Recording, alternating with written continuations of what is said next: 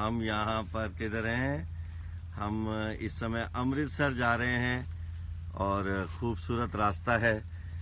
तो जिसको सच्चा सुख मिल जाए वो झूठे की ओर न जाए। जग के ऐसे गोरख धन दे, अंधों को आके अंधे। बाइबल में अगर हम पढ़ते हैं, बाइबल में खेतों की बातें लिखी हैं, बीज की बातें लिखी हैं कि बोने वाला बीज बोने चला, कुछ दाने यहाँ गिरे, कुछ दाने अच्छी ज़मीन पे गिरे, कुछ दाने पथरीली ज़मीन पे गिरे।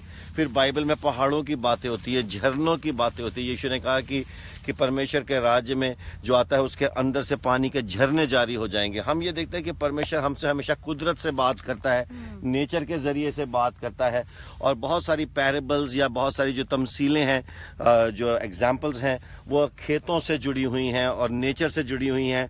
और रीना जी, आप जो भी एक बाइबल का वर्स रास्ते में पढ़ रहे थे, जरा पढ़ के सुनाए। Matthew 13 verse 44। जरा रीना जी आप पढ़ के सुनाए। हाँ जी। The parable of the hidden treasure. हाँ। The kingdom of heaven is like treasure hidden in a field, which a man found and covered up. Yes. Then in his joy he goes and sells all that he has and buys that field. हाँ, जैसे इधर और किसी एक आदमी को एक खजाना मिल गया और उसने लाके, उस आदमी ने एक खजाना मिल गया, उसने लाके उसे ऐसे छुपा दिया और उसके ऊपर उसने सारा सामान ढक के फिर वो गया और उसने कहा कि मैं जाके इस फील्ड को खरीद लेता हूँ और मेरा खजाना जो है इसमें पड़ा है, किसी को पता नहीं कि ये खजाना इधर है। और अपना सब कुछ बेच के, बाइबल में लिखा है, अपना सब कुछ बेच के वो आया और उसने इस खेत को खरीद लिया। ऐसे खेत को उसने खरीद लिया और उसको खुशी मिली। कहते हैं कि उसका आनंद, उसका जो आनंद है वो अपार हो गया। वो बड़ा खुश हो गया कि मुझे ये खजाना मिल गया है और मैंने इस खेत में उसको छुपा दिया है। अब ये खेत भी मेरा हो गया और ये खजाना भी मेरा हो गया। हालेलुया। अब इस बात की दो इंटरप्रिटेशंस हैं, हम दोनों को देखेंगे और दोनों वैलिड हैं और दोनों के अंदर एक गहराई है। और हम देखेंगे कि एक इंटरप्रिटेशन जो जनरली हमेशा यही कही जाती है कि हमने जब यस्सु को देखा, हमने यस्सु को सुना, हमने नजात की खुशखबरी सुनी, हमने गॉस्पल सुनी, तो हमने अपना सब कुछ बेच के यस्सु को खरीद लिया और उसको अपने दिल में छुपा लिया और वो ख़जाना हमारा हो गया और स्वर्ग के राज्य के हम अधिकारी हो गए और हमने वो खेत ले लिया।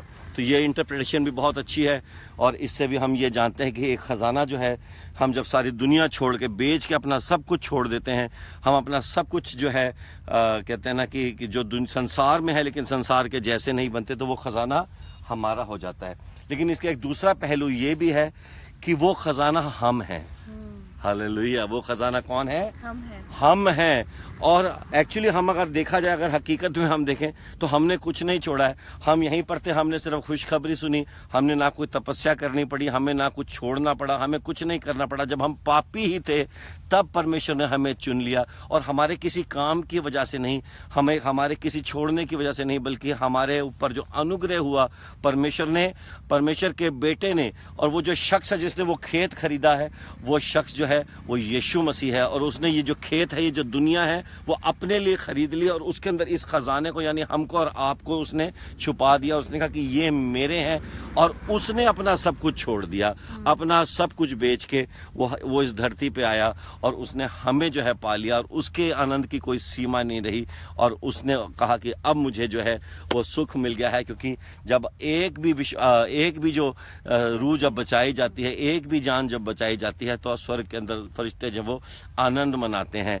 और आप और हम भी खजाने हैं। मैं आपको बताऊं, जिस आपके और मेरे लिए, रीना के लिए और हम सब के लिए, और जो इस वक्त देख रहे हैं प्रोग्राम, सारे साढ़े वास्ते यसु ने अपनी जान दी है।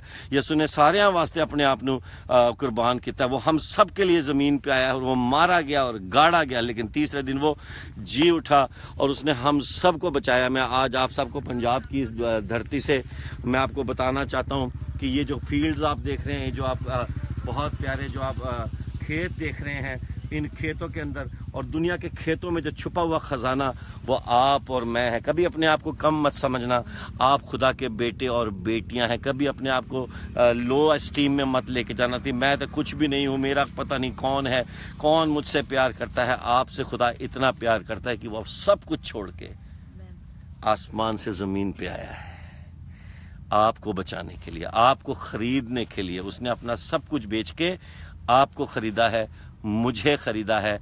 और आप अगर आज उसको स्वीकार करते हैं तो आप अनंत काल के जीवन के भागीदार होते हैं। आप उस आनंद के जीवन के भागीदार होते हैं, स्वर्ग के राज्य के आप अधिकारी हो जाते हैं। आपको सिर्फ इतना करना है कि यीशु के खेत में आके बैठना है और यीशु के खेत के अंदर आके दुनिया से छुप जाना है और यीशु के पास आ जाना है। तो बहुत खूबसूरत कार्य हुए और कलाम जो है वो बड़े कुदरत के साथ और कसरत के साथ दिया गया और बहुत इफेक्टिव तरीके से लोगों ने उसको रिसीव किया, उनकी जिंदगियां बदली। और आज अमृतसर में है और पंजाब के अंदर बेदारी आई है। मैंने जैसे कहा कि 3 तरह का रिवाइवल होगा। पहला रिवाइवल पहला रिवाइवल है फेथफुलनेस का, सेकंड प्रेयर का रिवाइवल, फेथफुलनेस का रिवाइवल और तीसरा रिवाइवल है प्यार का रिवाइवल। और ये सारी चीजें जब आएंगी तो हमारी जिंदगियां बदल जाएंगी। एक व्यक्तिगत, एक जाती रिवाइवल होगा और हम सब जो हैं खुदा की बादशाही में बढ़ते जाएंगे।